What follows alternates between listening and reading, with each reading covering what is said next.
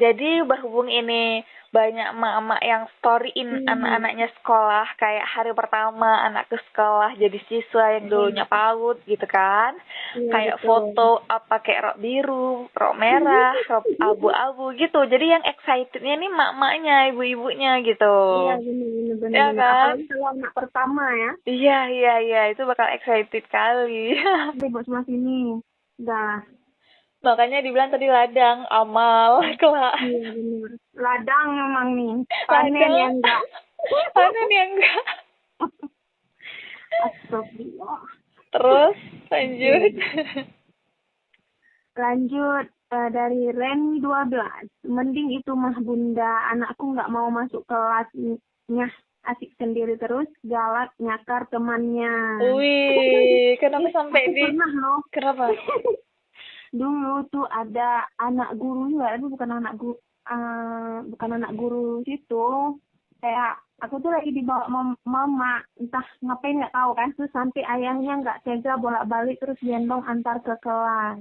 Lama-lama aku greget liatnya. Aku antarin ke kelas, biarin nangis di kelas. Ayahnya aku suruh ngumpet. Tapi berhasil loh. Agak siangan dia udah berbaur main sama teman-temannya. Nah, kayak gitu. Jadi dipaksa tapi nggak kasar.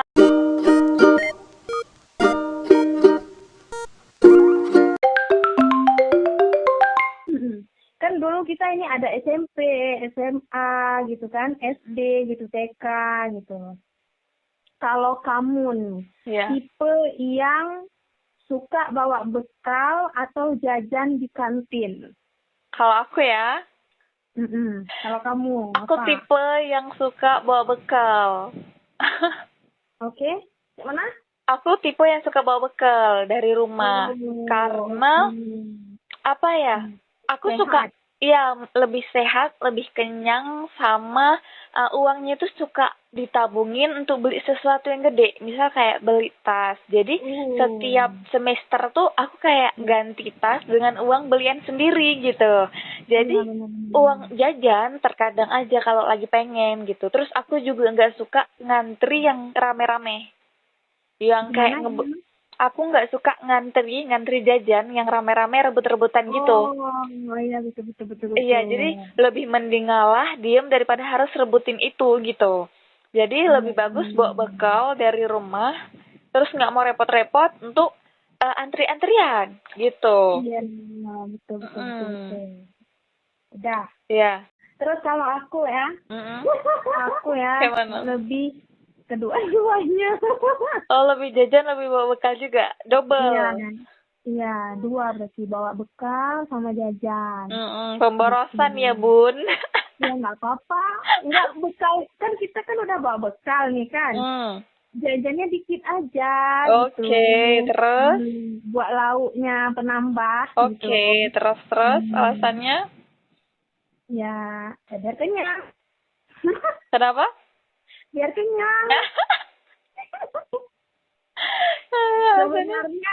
Sebenarnya itu gini mikirnya. Apa? Ngapain dikasih duit jajan gitu kan? Kalau nggak dijajanin. Iya, kalau nggak dijajanin gitu, makanya ya jajan lah. Karena sebenarnya kalau nggak bawa bekal pun nggak apa-apa, tapi karena akunya itu lambung, harus makan nasi ya. Harus makan nasi dengan air botol minum yang sangat besar itu. Aku tuh kalau waktu SMA tuh diketawain sama teman. Gara-gara botol minumnya tuh besar. Iya. Terus aku bilang, ya aku kan mikir, makanya aku banyak minum. Tapi dari segi kesehatan itu tuh lebih bagus. Iya kan? Ya, benar, kenapa? Ya, benar. Hah? Tapi tipis aja. Tapi apa? Tipis aja gitu ya. Dari segi kesehatan itu lebih sehat dan lebih bagus. Kenapa? Karena makanan di rumah itu lebih menjamin kan kebersihannya. Betul, daripada makanan di luar di luar yang memang dimasak dengan keramaian gitu, di luar ruangan. Apalagi gorengan-gorengan. Iya, gitu. Minyak kan. Terus kalau air putih, kalau di sekolah kan jajanan minum air dingin, terus minuman saset kan. Iya benar-benar. Iya, lebih bagus minum air putih. Iya, lebih bagus gitu, lebih Mm-mm. sehat buat ginjal. Iya, dan aku kalaupun keluar pasti itu pesennya air putih dulu, baru Iya, minum minuman manis. Kenapa? Karena betul memang betul. nggak, aku tipe yang nggak bisa jauh dari air Mm-mm. putih sebenarnya gitu. Bahkan sampai sekarang minumnya banyak, bawa botol ke kantor Betul. gitu. Iya, benar. Sama kita ya. Apalagi kalau banyak mikir kan, Heeh. bawaannya haus aja gitu ya. Iya, banyak kegiatan apalagi panas di luar. Iya benar. Gitu. Oke, pertanyaan kedua nih. Oke, ada berapa pertanyaan nih? 3 sebenarnya. Oke, lanjut. Oke. Kamu tuh tipe yang duduk paling depan, tengah, atau paling belakang biar bisa ngobrol? Aku Nah. aku tipe yang duduk di depan dari kapanpun. Yes, I know you. Iya kan, Des? Ya segitu. Kenapa? Kenapa ya? Karena yang pertama tujuan ke sekolah tuh bukan bicara sama teman, tapi belajar. Iya, benar. Sangat profesional sekali Oke, Anda. iya memang begitu. Jadi datang ke sekolah tuh memang duduknya di depan. Sampai kuliah pun duduknya di depan. Kenapa? Karena bisa lebih enak dan mudah deket bicara sama dosen atau sama guru gitu. Jadi Ya, kalau mau nanya apapun ya langsung, nggak ada ketahan sama yang lain gitu. Yes, itu kamu banget. Iya. I know you. Oke, lanjut. Oke, kalau aku Tengah. ya tahu ya di mana. Di tengah. Jadi 50-50 gitu ya. Iya, kalau misalnya gurunya enakan gitu ya, dosennya enakan tuh di tengah. Kalau dosennya nggak enak gitu ya, ini di belakang gitu. Oh, tergantung sikon. Gimana? Tergantung sikon, kondisi dosennya siapa gitu ya. Betul. Yang nggak akan itu di depan. Ya, kenapa? Yang nggak akan. Nggak mau, itu kayak dosennya tuh ngelihat atas aku aja gitu. Tapi pernah waktu ngampus dulu, itu pelajaran kalkulus, aku duduk paling depan. Ya kan? Terus bapaknya, dia ngedikte, matanya ke tulisan aku. Yang aku tulis kan beda dengan yang dia bilang karena grogi. Dia heran ya. Iya, dia heran kenapa dia nanya kayak gitu kan. Bapak jangan lihat ke sini. Oke, katanya oke gitu. Iya. Malu sendiri ternyata. Tapi nggak apa-apa, itu pengalaman ya. Iya, betul. Biar nanti pas kita punya anak, punya cucu, punya cicit. Pasangan aja belum ada, kenapa kecicit? Nggak mana tahu nanti sekalian anak cucu cicit gitu. Soal keluar ya? Iya. Terus lanjut. Pertanyaan yang ketiga. Ini jujur ya. Oke. Harus jujur pokoknya. Kamu pernah nggak pura-pura sakit biar nggak masuk sekolah? Pura-pura sakit? Biar nggak masuk sekolah. Enggak, gitu. Aku nggak pernah. Yes. Karena kamu tipe yang gitulah ya. Karena yang pertama sekolah dapat uang jajan kan, dan uangnya itu bisa aku tabung. Terus aku tipe orang yang nggak bisa diem kalau nggak ada kegiatan. Ya, gitu. Kalau kamu? Kalau aku sih nggak pernah ya sakit biar nggak masuk sekolah tuh nggak pernah. Tapi aku pernah bolos. Oh, pernah bolos? Pernah, walaupun gini-gini ya. Kenapa Sekali pernah bolos itu gara-gara razia HP. Oh, takut. Sebenarnya nggak pernah razia, ya kan? Pas aku yang bawa HP hari Jumat itu, aku ingat banget ya. Aku mau HP, aku tuh nggak bilang sama mama kalau aku bawa HP gitu kan. Alah, pikir apalah, sebentar pulang lagi gitu kan. Dan paginya itu dirazia. Dapat? Razia HP. Iya, razia HP, diambil HP-nya, terus aku nggak mood lagi nih pelajaran bahasa Inggris, aku ingat banget. Langsung nggak mood ya? langsung nggak mood lagi dan aku pura-pura sakit ke UKS. Terus pasang muka sakitnya kayak apa? Ya pura-pura pucat gitu ya. kayak aduh udah lemes gitu, aku nggak sanggup masuk lagi ya, bilang aku sakit. Oke. Tapi ya, ngomong-ngomong razia, aku pernah waktu SMK dulu. Jadi razia nih, razia HP dari guru BP-nya kan, guru BIMPAR-nya. Terus pas masuk ke ruangan aku, dia cuma nanya, kamu Rosa, teman-teman bawa HP enggak? Aku jawab enggak, padahal bawa. Terus bapaknya keluar. Enggak jadi razia. Iya, tapi bagus loh. Maksudnya kita kayak, ya kita tahu itu salah gitu, perbuatan itu. Tapi kita menyelamatkan teman-teman kita itu sikap yang bijak gitu ya. Oh, bijak ya? Iya, menurut aku ya, kayak sikap yang bijak gitu. Karena ya dengan itu mereka kan nggak rugi, kita pun rugi. Terus ambil gitu, aja gitu, ambil aja dulu pengalamannya. Oh, besok nggak usah bawa HP lagi karena gitu. Iya, ini udah mau dibantu nih. Besok nggak mau dibantu lagi. Jangan lupa bayar. Besok bayar 50.000 seorang. Jadi yang bikin kocaknya, kan itu razia satu sekolah. Entah kenapa bapaknya percaya sama aku, padahal aku bohong. Astagfirullah, mohon maaf lahir batin Bapak. Iya Bapak, mohon maaf. Itu sebenarnya antara nggak enak sama teman sama mau jujur nggak bisa kayak gitu. Iya betul. Karena nanti malah dibenci satu kelas. Ya? Iya, jadi kan nggak enak ya kan.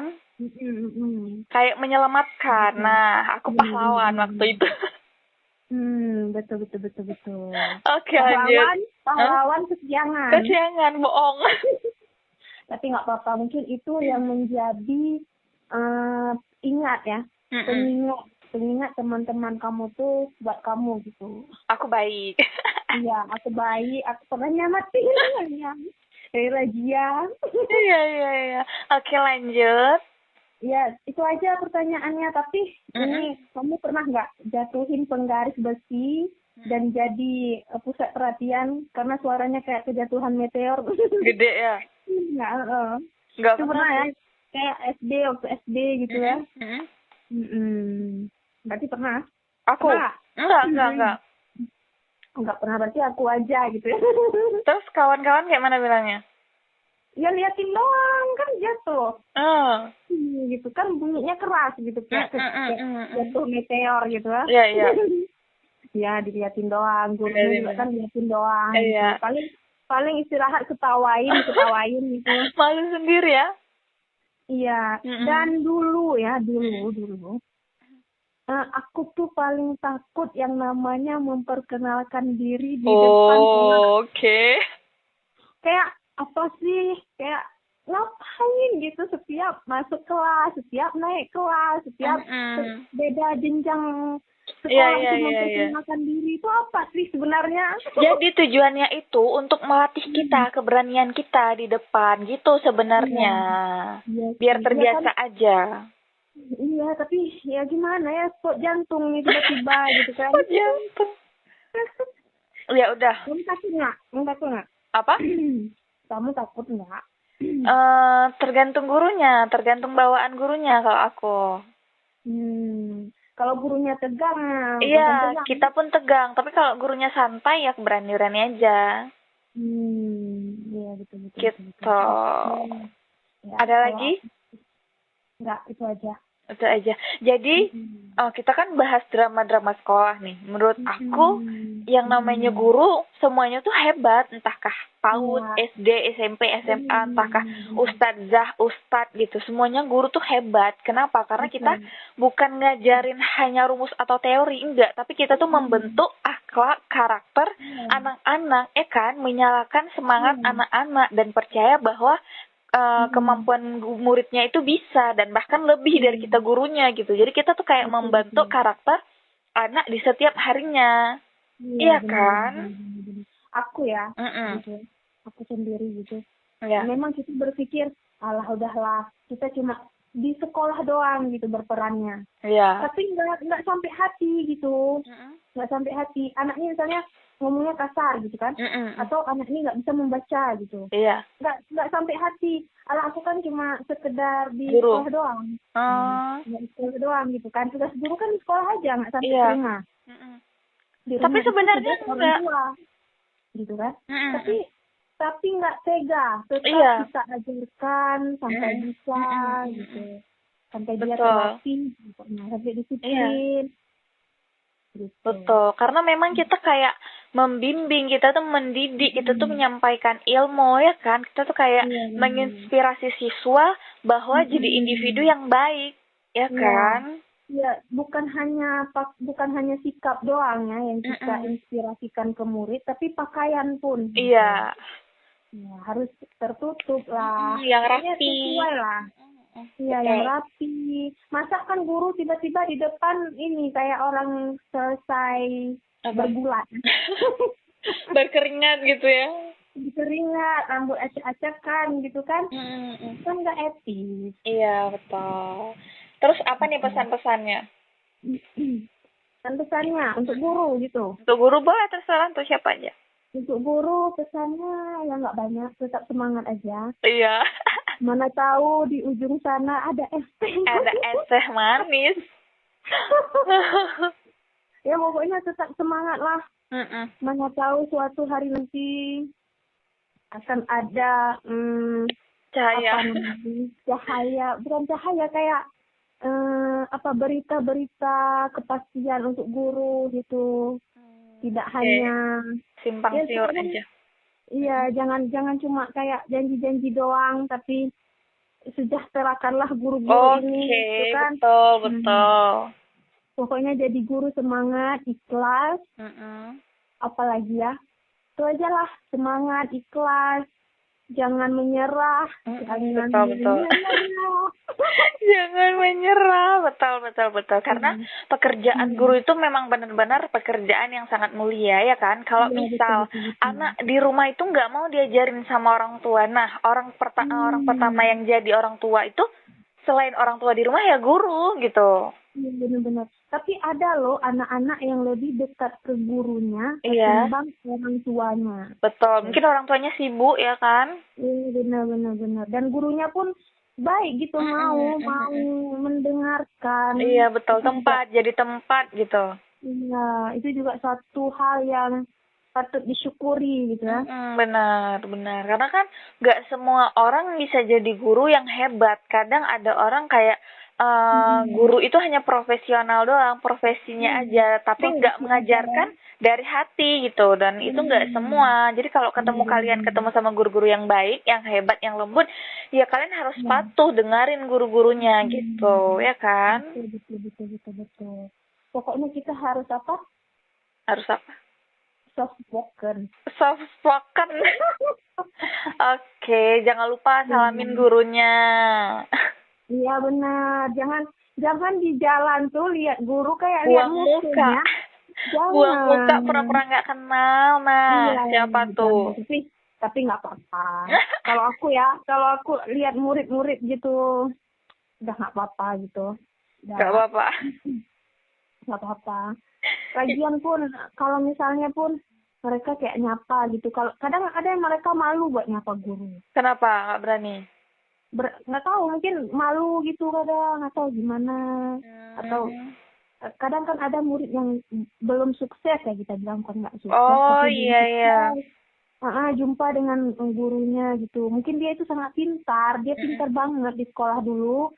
Tapi di sekarang ini dia belum sukses, kita bilang mungkin dia malu gitu buat. Jadi kayak merasa gagal ya, padahal sebenarnya nggak apa-apa.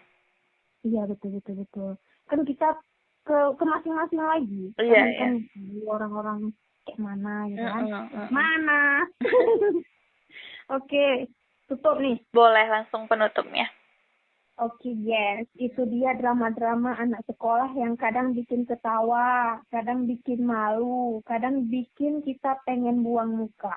Iya. Tapi percaya deh, justru drama kecil itulah kita jadi punya cerita buat diceritain sekarang. Betul. Buat yang dulu nangis di hari pertama sekolah, tenang. Sekarang udah gede, nangisnya cuma pas lihat harga beras naik. Sampai gede pun nangis. Itulah. Nggak ada jodoh pun nangis.